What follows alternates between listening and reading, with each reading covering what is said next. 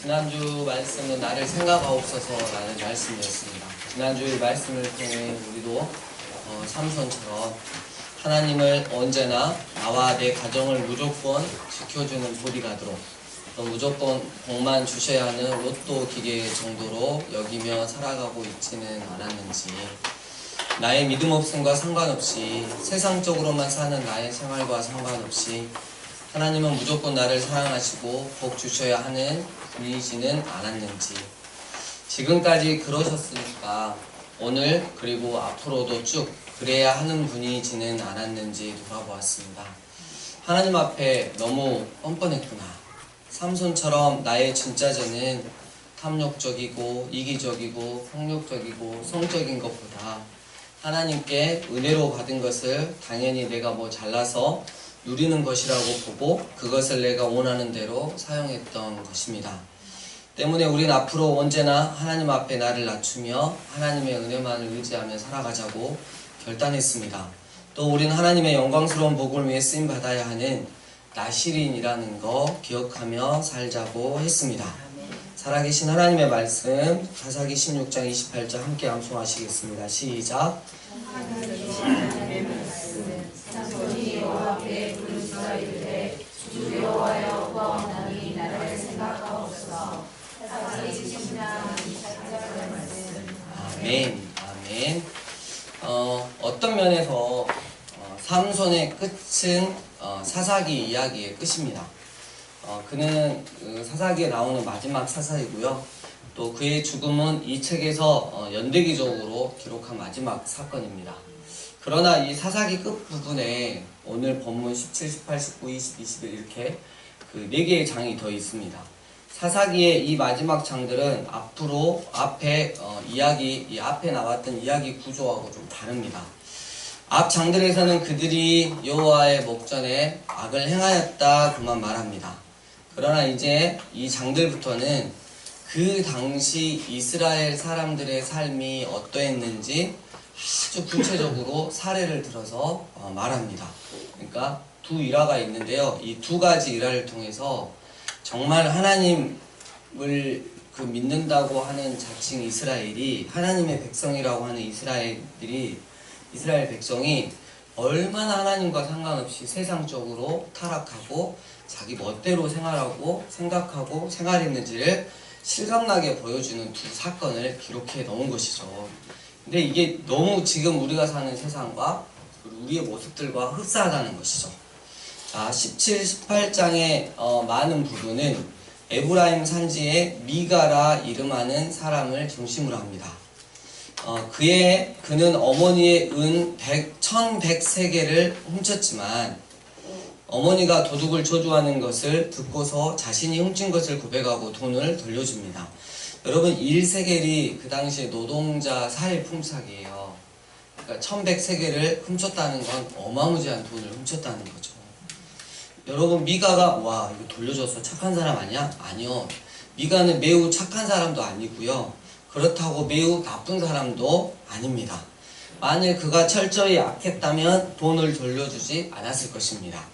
그리고 물론 또 그가 좋은 사람이었다면 처음부터 돈을 훔치지 않았을 것입니다. 그가 돈을 돌려준 계기는 2절에서 어머니께서 저주하시고 자신의 귀에도 말씀하셨기 때문입니다. 그가 양심의 가책을 느낀 것은 아니었습니다. 단지 어머님이 이 돈 훔쳐가는 누구야? 그냥 누구냐이랑 뽑아보라라 뭐 이렇게 팔다리가 끊어져버려라. 이게 매일 막 반복을 하니까 어때요? 마음이 이게 괴로운 거지. 양심의 가책을 느낀 게 아니고 저러다가 나 진짜 누구냐 파지는 거 아니야? 손이 잘리는 거 아니야? 그래서 그냥 너무 그 저주가 듣기 싫어서 그냥 어머니한테 돌려준 거예요. 미가의 어머니는 이 저주를 뒤바꾸어 돌려주니까 대신 그가 축복을 받기를 구합니다. 그녀는 어머니로서 용서를 매우 잘 베푸는 것 같습니다. 그러나 그녀는 진정한 회개를 찾거나 요구하지 않았습니다. 그래서 온전한 화해도 이루어지지 않았습니다. 어머니가 고통스러운 과정을 생략했기 때문에 미가는 앞으로 또 그런 행동을 하지 않도록 방지되지 않았고, 자신의 마음을 살펴보며 왜 돈을 훔쳤는지 이유를 돌이켜보도록 도전을 받지도 않았고, 은혜와 변화의 필요성을 겸손히 받아들이지도 않았습니다. 무작정 벌 주고 때리는 부모도 자녀에게 상처를 주지만 항상 이렇게 봐주는 부모도 굉장히 그렇다는 겁니다. 부모로서 그녀가 자녀를 대하는 방식은 왜 미가가 그런 사람이 될 수밖에 없었는지 우리에게 너무나 잘 알려줍니다. 미가의 어머니는 축복의 원천으로서 여호와 하나님의 이름을 불렀습니다. 이 가정은 다곤, 바알신, 아스타롯신 등등을 예배하지 않습니다. 그러나 그들은 이름으로만 여호와 하나님을 부르며 예배합니다. 그러나 그녀는 돌아온 돈을 여호와께 드려서 그녀의 아들이 3절 한 신상을 새기며 한 신상을 부어 만들게 합니다. 뭔가 좀 이상합니다. 그녀는 200세겔을 세공업자에게 주어서 신상을 만들게 합니다. 정말 충격입니다. 10계명 중 제 두 번째 계명, 너를 위하여 새긴 우상을 만들지 말라.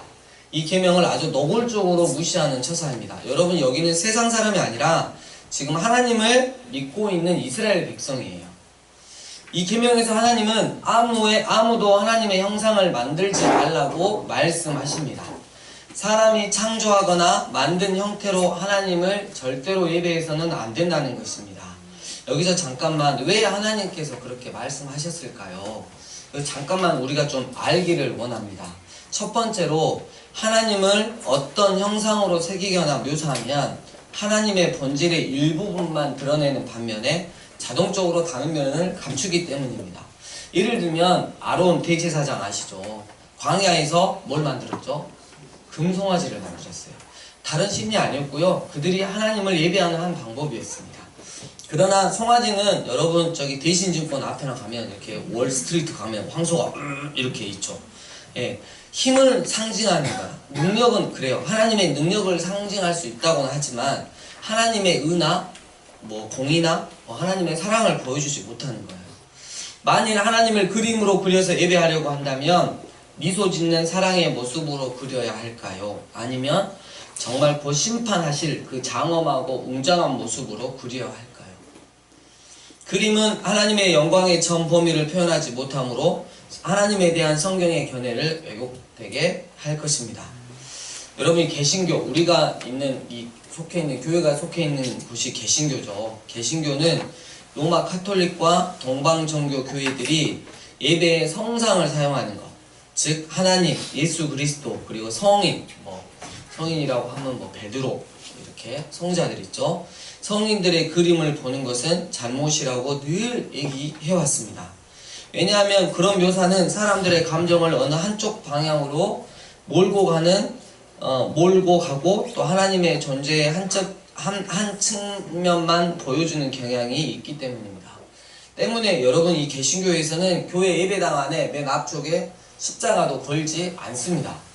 걸지 않게 결의를 했어요. 왜냐하면 처음에는 이 십자가를 걸어놓으면 우리 주님 못 박히신 거 그랬지만 어느 순간 특히 어르신들 보면 특히 우리 권사님들 할머님들 보시면 여기 강대상에 새벽기도 때 오셔가지고 그 십자가를 붙들고 잡고 기도를 하고 계세요.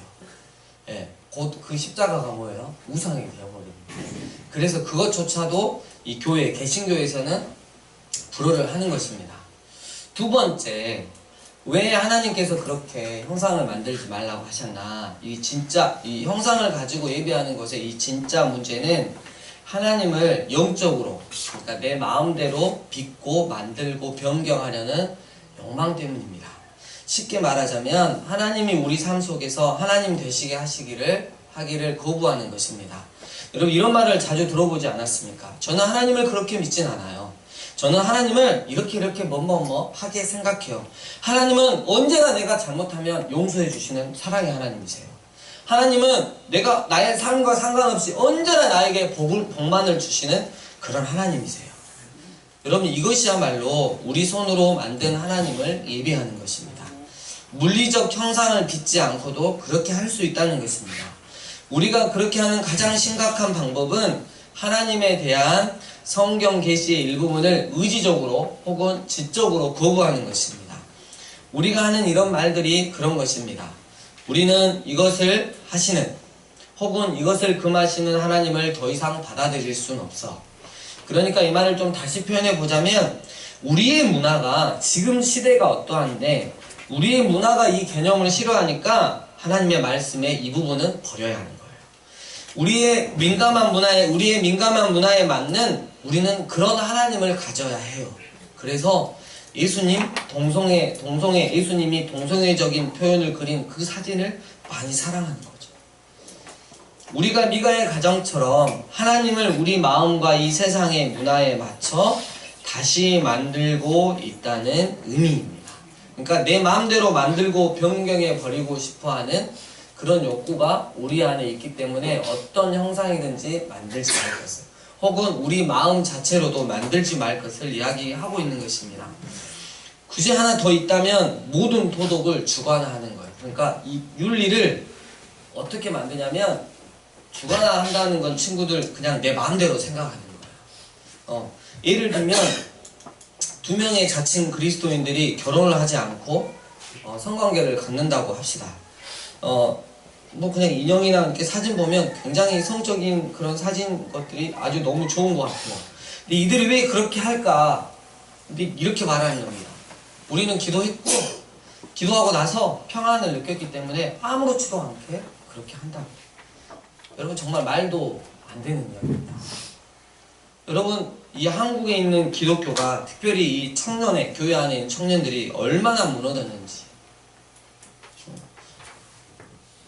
여러분, 어쩌다 한번 그렇게 하나님 앞에 범죄하는 게 아니라 매주 매달 정말 습관적으로 고정적으로 성관계를 교회 안에서 갖는 이 청년들이 한두 명이 아니라는 통계가 있습니다. 여러분, 그들은 하나님의 말씀에 주신 성과 결혼에 대한 객관적인 명령, 누구나 보면 다 알 수 있는 그 하나님의 명령을 무시합니다. 미가의 가정이 그러했다는 것입니다. 그들은 하나님의 말씀을 따르다가 말씀을 왜곡하거나 말씀에 다른 것을 덧붙여서 자신들이 원하는 것을 했던 것입니다. 미가의 어머니가 여호와께 감사를 표현하려고 10계명 중 제2계명을 어기다니 충격입니다. 그녀는 또한 부정직합니다. 3절, 이 은을 여호와께 거룩히 드리노라고 약속해놓고 우상을 만드는데 200세겔만 바치고 나머지 4절 900세겔은 자기가 갖습니다. 미가의 어머니는 하나님을 첫 자리에 모시지 않았고 자신의 삶의 모든 부분의 주권을 하나님께 드리지 않았던 엄마였습니다. 그녀는 양다리를 걸치고서 재산의 일부는 하나님께 드릴 수 있지만 대부분은 자신이 가져야 했습니다. 우리 역시 손쉽게 하나님이라는 단어를 많이 사용하고 예수님을 주님이라고 주장하면서도 실제로는 우리 삶의 특정 부분들에서만 하나님께 순종하고 다른 영역들은 우리가 바라는 대로 살 수 있도록 도전합니다. 혹시 우리 삶의 모든 영역에서 하나님께 부분적으로만 순종하면서 여기서처럼 우리의 돈이나 혹은 시간, 감정, 관계를 하나님이 우리가 원하는 대로 구원해 주시지 않았을 경우를 대비한 보험으로 남겨둡니다. 그렇습니다. 우리는 하나님께 보험을 넣는 것보다 세상의 그 어떤 것에 보험 넣기를 훨씬 더 기뻐하고 또 편안해야 합니다. 이것은 하나님께 대해 위선입니다. 마치 어떤 사람이 몰래 바람을 피워놓고 전혀 그렇지 않게 아내를 대하는 것처럼 말입니다. 5절, 미가는 우상들을 가져가서 자기 집에 신당에 둡니다. 하나님은 출애굽기 25장을 통해 이스라엘 백성에게 원하는 대로 어디서나 예배하라고 허락하지 않으셨지만 미가는 자기에게 편한 대로 자기의 예배 성소를 설치했습니다. 이스라엘의 신앙이 지금 우리처럼 개인의 취미가 되어버린 것입니다. 더구나 미가는 자기 아들을 제사장으로 삼습니다. 이것 역시 레위 지파만 제사장이 될 수 있다는 말씀에 어긋납니다. 그러나 미가와 그의 어머니는 자기 혈통을 제사장으로 세우고 싶었습니다. 여하튼 신전에는 제사장이 필요했습니다. 나중에 그들은 7절에서 12절 보면 레위인, 제사를 드릴 수 있는 레위인을 발견하여 제사장을 바꿉니다. 하나님은 늘 우리에게 이렇게 말씀하십니다. 나를 있는 그대로 예배해라. 네가 원하는 대로에 나를 예배하지 말라. 그리고 내 마음이 지시하는 대로 나를 예배하고 네 마음이 제한하는 대로 하지 말라. 그러나 미가의 가정은 자신들이 예배하기 편리한 하나님을 만들었습니다. 그들은 자기들이 좋아하는 말씀은 따르고 좋아하지 않는 것은 따르지 않았습니다. 이는 6절 자기들이 보기에 원하는 대로 뭐든 하는 모습입니다. 꼭 하나님을 의식적으로 거절한 것은 아닙니다. 하나님을 부르지 않거나 종교활동을 하지 않는 것도 아닙니다. 오히려 종교활동이 확산되고 있습니다. 집안에 신전을 갖다니 매우 헌신적으로 보입니다. 그러나 이스라엘 사람들식의 신앙이며 각 사람의 개인적 취향에 따른 신앙인 것입니다. 하나님, 그리고 하나님의 진리와 뜻을 따르는 신앙이 아니라 오직 나의 생각, 나의 취향을 따르는 신앙입니다. 하나님을 통제하고 길들이려 하며 하나님을 우리에게 편한 형상으로 개조하려는 신앙인 것입니다. 그것은 여러분 쉽고 신나는 신앙일 수는 있겠지만 하나님께 복을 받거나 구원을 받는 신앙은 결코 아니라는 사실입니다. 7절에서 우리는 한 사람을 만납니다. 유다 베들레헴에 한 청년이 있었으니 그는 레위인으로서 거기에서 거류하였더라. 그는 제사장으로 백성을 섬겨야 했던 곳인 고향을 떠나서 8절 거주할 곳을 찾고자 합니다. 9절 그가 미가를 만났을 때 미가는 자기 집에 만든 자기 마음대로의 신전을 더 멋지게 꾸밀 계획이라고 생각합니다. 레위인은 미가의 집에 제사장으로 머물기로 동의합니다. 왜요? 먹고 사는 문제가 해결되기 때문입니다. 지금으로 말하면 이 레위인은 주의 종입니다. 목사입니다. 13절은 미가의 그리고 어머니의 수고했던 목표를 보여줍니다. 그의 종교 활동의 목적은 하나님께 접근해서 그가 원하는 것을 하나님이 해 주시게 하는 것이었습니다. 18장 1절 그때 이스라엘 왕이 없었고 단 지파는 그때에 거주할 기업의 땅을 구하는 중이었으니. 그러면 이스라엘 지파는 12지파입니다. 조상이 12이 있다고 생각하시면 되겠습니다. 그 중에 단 지파가 있었어요. 근데 왜 단 지파는 아직도 집이 없었을까요? 이스라엘의 다른 모든 지파들은 그래도 용감하게 싸웠고요. 하나님 말씀대로 이 약속의 땅인 가나안 땅을 부분적으로라도 차지를 했지만 이 단 지파는 이 군사적 하나님의 명령을 이행하는 데 실패했고요. 사사기 1장 34절 보면 오히려 그들로 왜금 산지로 몰아넣어졌기 때문입니다. 단 지파는 그들의 땅에 들어가지 못하였고 산지에서 반유목 생활을 해야 했습니다. 그래서 이제 그들은 농작물을 심고 재배해서 먹을 수 있는 땅을 찾고 있었습니다. 단 자손은 자칭 하나님의 백성 중에 가장 약한 자들의 모습입니다. 요한계시록 7장을 보면 여러분 그때 구원받은 백성들이 쫙 나오잖아요. 그 중에서 이스라엘 12지파가 쫙 나와요.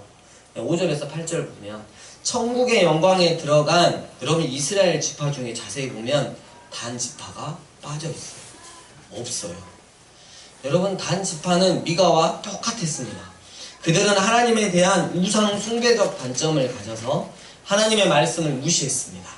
그들이 어디서 살지 하나님이 이미 말씀해 주셨어요. 근데 그들은 2절 3절 미가의 신전에 멈춰섰습니다. 그리고 그 레위인 제사장에게 그들이 완전히 다른 지역으로 정찰을 나갈 텐데 5절에 성공할지 하나님께 여쭤봐 달라고 합니다. 우상 숭배적인 신전에서 일하는 그 개념 없는 레위인 주의 종이 받은 응답에 6절 그들은 확신을 얻었고요. 하나님을 의지할 필요도 없는 7절에서 10절 자기들의 힘만으로 차지할 수 있는 좋은 땅을 발견하게 됩니다. 단 자손은 주의 음성을 듣고 신뢰하기를 거부했고 그들의 하나님이 그들을 축복하셨다고 판단합니다. 그리고 11, 12절 그 땅을 차지하러 출발합니다. 13절 그들은 도중에 미가의 집을 다시 지나게 됩니다. 그들은 그 종교적 신전을 그들의 새 땅으로 가정하면 정말 금상첨화라고 생각했습니다. 우리 친구들 금상첨화가 뭐죠? 비단길에 뭐가 있죠? 꽃, 꽃하차. 길도 비단길인데 거기에 뭐가 뿌려져 있어요? 꽃이 있으니까 얼마나 좋은 길이겠어요. 14절 그들은 마땅히 행할 것을 알았습니다. 그래서 미가의 신전에 특별한 것들을 다 가져갔습니다. 레위인이 따지자 그들은 19절 네가 한 사람의 집에 제사장이 되는 것과 이스라엘 한 지파 한 족속의 제사장이 되는 것 중에서 어느 것이 낫겠느냐라고 말합니다. 집 없이 떠돌던 사람 레인, 주의 종 레인에게 정말 파격적인 대우였습니다. 어떻게 있을 것 같습니까? 20절 그는 마음에 기뻐하여 그 백성 가운데로 어떻게 뒤도 돌아보지 않고 들어갔습니다. 모두 스스로 높아지려는 동기로 시작된 일이었습니다. 이 레인은 하나님이 아닌 자신만 섬기고 있습니다. 하나님을 섬겨야 하는 주의 종인 레인이 자기 자신을 섬기고 있는 거예요. 그는 누구든지 자기에게 돈을 주면 섬기고 사람들이 듣고 싶어하는 말을 하고 더 멋있어 보이는 것들에게로 옮겨갑니다. 그들의 결정들은 온전히 자기 이익을 따라 이루어집니다. 지금으로 치자면 목사와 같은 자 그 레인, 그는 선두 지파인 유다의 베들레헴 마을에 있는 레인으로 시작했습니다. 그러나 그는 산간지역 에브라임의 우상 숭배적 신전으로 옮겨갔습니다. 그리고 결국 라이스로 가게 됩니다. 그곳은 하나님의 백성에게 주신 땅이 아닙니다. 땅 밖입니다. 거기서 그는 천국에 이르지 못할 지파를 위해, 천국에 이르지 못할 성도들을 위해 일했습니다. 그는 자기 뜻대로 자기의 삶을 살아가면서 높은 자리로 올라가서 하나님이 택하신 백성 중 한 지파 전체의 예배를 운영했습니다. 하지만 공허한 예배였고 하나님이 아닌 자기를 높여주는 신을 섬기는 것이었습니다. 단 지파의 군인들이 정착할 그 땅을 향해 나아갈 때 22, 23절 미가와 그의 이웃들이 그들을 따라와 싸우려 했습니다. 왜 그럽니까? 단 자손이 미가가 가진 모든 것을 다 어떻게 해요? 통째로 가져갔기 때문입니다. 24절 내가 만든 신들과 제사장을 빼앗아 갔으니 이제 내게 오히려 남은 것이 무엇이냐? 미가가 가진 모든 것은 빼앗길 수 있는 것들이었습니다. 그에게 그것 외에 다른 것은 없었습니다. 미가는 자신의 종교적 삶을 세웠습니다. 그는 자기의 신전에 우상, 에봇, 심지어 레인 제사장까지 더했습니다. 그리고 축복만을 바랬습니다. 그러나 그가 신뢰했던 모든 것들이 사라졌습니다. 그리고 되찾을 수 없었습니다. 그는 그의 축복의 기반을 가져간 자들이 25, 26절 자기보다 강한 것을 보고 그냥 돌이켜 집으로 돌아갔습니다. 여러분, 우리 스스로 만든 종교는 결국 실망만 줍니다. 우리가 무엇을 우리의 신으로 삼든 돈이든 권력이든 인간관계든 혹은 심지어 성경의 하나님을 축소시킨 인간 버전의 하나님이든 그것들은 우리를 구원해 주지 못합니다. 직업을 신으로 삼는 사람은 너무 강한, 즉 너무 능력이 있거나 너무 인맥이 좋거나 너무 운이 좋은 누군가에게 자신의 축복의 길이 막히는 것을 경험하게 될 것입니다. 자신의 외모를 신으로 삼는 사람은 세월이 너무 강적이라서 젊음과 멋진 외모를 붙잡을 수 없음을 발견하게 될 것입니다. 단 자손과 그들이 새 제사장이 라이스로 진격하여 27절 칼날로 그곳에 사는 자들을 치며 그 성읍을 불살랐습니다. 그들은 성읍을 재건하고 28절 거기에 거주했습니다. 그곳의 이름은 단이라고 다시 지었지만 여전히 라이스라 불립니다. 왜냐하면 29절 그곳은 단 지파의 유업, 하나님께서 주신 땅에 속하지 않았기 때문입니다. 이 지파는 하나님의 백성 이스라엘 중에 태어났지만 이제는 하나님의 땅 밖에 있고 하나님 말씀에 귀 기울이지 않고 하나님이 명령하신 것에 완전히 어긋나는 식으로 하나님을 예배합니다. 이 이야기 마지막에 정말 우울한 반전이 있습니다. 너무나 많이 놀랐습니다. 지금까지 이 레인, 오늘 본문에 나온 레인의 이름이 나오지 않았어요.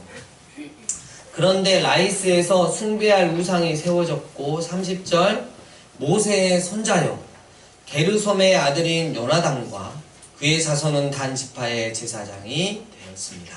요나단 자신의 이익을 위해서라면 뭐든 타협하는 레인이 여러분 지금 30절 보니까 모세의 후손이라는 것입니다. 모세의 손자예요. 손자. 엄청 충격입니다. 여러분 모세가 어떤 사람입니까?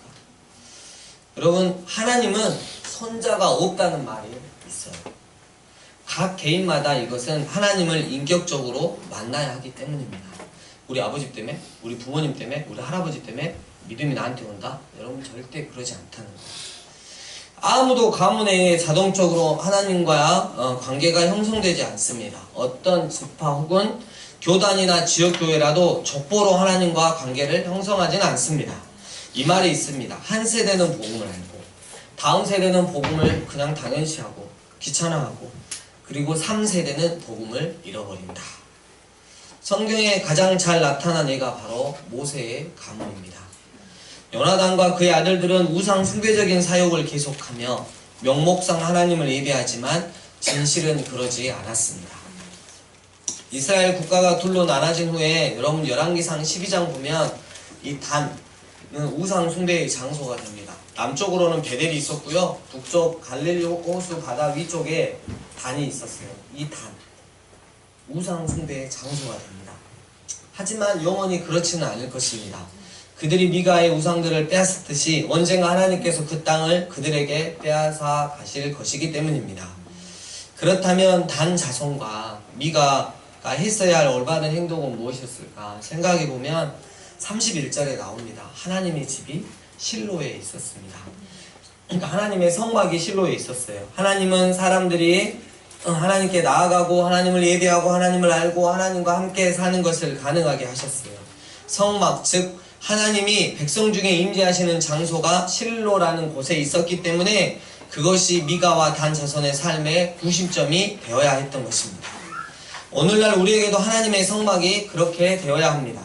그분은 말 그대로 요한복음 1장 14절 말씀이 육신이 되어 우리 가운데 거하셨습니다. 우리 마음 중심에 여러분 교회 예배당이 이 외적 건물이 중요한 게 아니라 우리 마음 중심에 거하시는 장막이 되시고 성막이 되시는 예수님이 계신다는 거예요. 언제나 우리는 우리의 삶을 통해서 중요한 순간마다 우리 마음 중심에 말씀으로 뿌리내리고 계시는 성막 되신 예수님께 나아가서 모든 것을 여쭙고 함께 의논하고 결정해야 하는 것입니다. 우리 삶의 중심을 예수님께 두고 예수님을 하나님께 나아가고 예배하고 하나님을 알고 하나님과 함께 사는 방법으로 삼지 않으면 우리 삶의 중심을 사람이 만든 종교, 우상 등 우리를 축복할 수 없는 것에 두게 되는 것입니다. 말씀을 정리합니다. 에브라임 산지에 미가라 이름하는 사람, 어머니의 돈을 훔친 사람. 어머니가 너무 심하게 저주하니 괴로워서 결국 돈을 돌려줍니다. 이에 아들에게 진정한 회개를 찾거나 요구하지 않고 아들을 위한답시고 한 신상을 새기며 만듭니다. 하나님의 백성이 하나님의 말씀인 십계명을 아무렇지도 않게 어기는, 하나님을 자기 마음과 세상 문화에 맞춰 다시 만들어 버리는 미가의 어머니는 하나님을 첫 자리에 모시지도 않고 자신의 삶의 모든 부분의 주권을 하나님께 드리는 대신 세상과 양 다리를 걸칩니다. 물론 일부는 하나님께 드리지만 거의 대부분은 자신이 다 갖습니다. 미가는 우상들을 가져가서 자기 집에 신당에 둡니다. 그리고 자기 아들을 레위 지파만 될 수 있는 제사장으로 세웁니다. 정말 자기들의 보기에 원하는 대로 다 하는 모양새입니다. 여기에 하나님의 말씀이 안 맞으면 그냥 하나님의 말씀을 무시해버립니다. 그리고 더 나아가 하나님을 자기 마음대로 통제하고 길들이려고 합니다.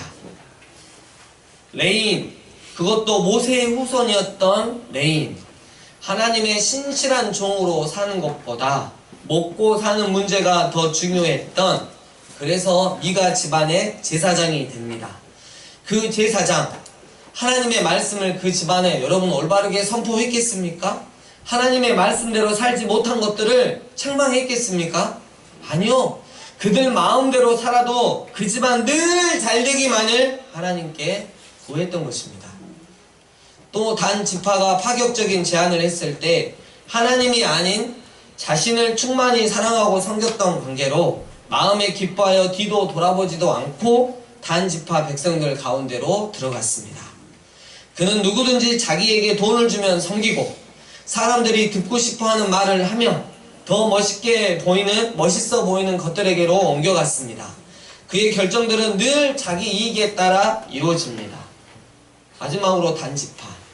하나님의 백성 중에서 제일로 믿음이 없었던 자들. 하나님의 말씀을 철저하게 무시했던, 하나님을 의지하지 않고 자신들에게 복을 빌어준 그 레인을 의지하여 자기들만의 힘으로 차지할 수 있는 좋은 땅을 발견하고 이게 하나님의 뜻이야 하고 생각하고 그 땅을 아주 잔인한 폭력을 써서 차지합니다. 비록 그 땅이 하나님이 유업으로 주신 땅이 아니어도 여러분 그들에게는 전혀 문제가 되지 않았습니다. 하나님의 백성으로 이스라엘 중에 태어났지만 하나님의 말씀에 귀 기울이지 않고 하나님의 명령하신 것에 완전히 어긋나는 식으로 살아 하나님 땅 밖에 있게 되었던 단지파. 사랑하는 강주 삶의 예배인교회 예배자 여러분, 나니아 연대기를 쓴 저자가 누구죠? C.S. 루이스가 있죠. 철저한 무신론자였어요. 하나님 믿지 않는 자였는데 결국 하나님의 존재를 인정하고 하나님께로 돌아온 자죠. 이 C.S. 루이스가 지은 책이 하나 있어요. 많은 책들 중에 인간 폐지라는 게 있어요. 밖에 어르신들 폐지 주고 다니시잖아요. 그 폐지입니다. 그의 책 그 인간 폐지에서 오늘 이 본문의 사람들을 가슴 없는 사람들이라고 말을 합니다.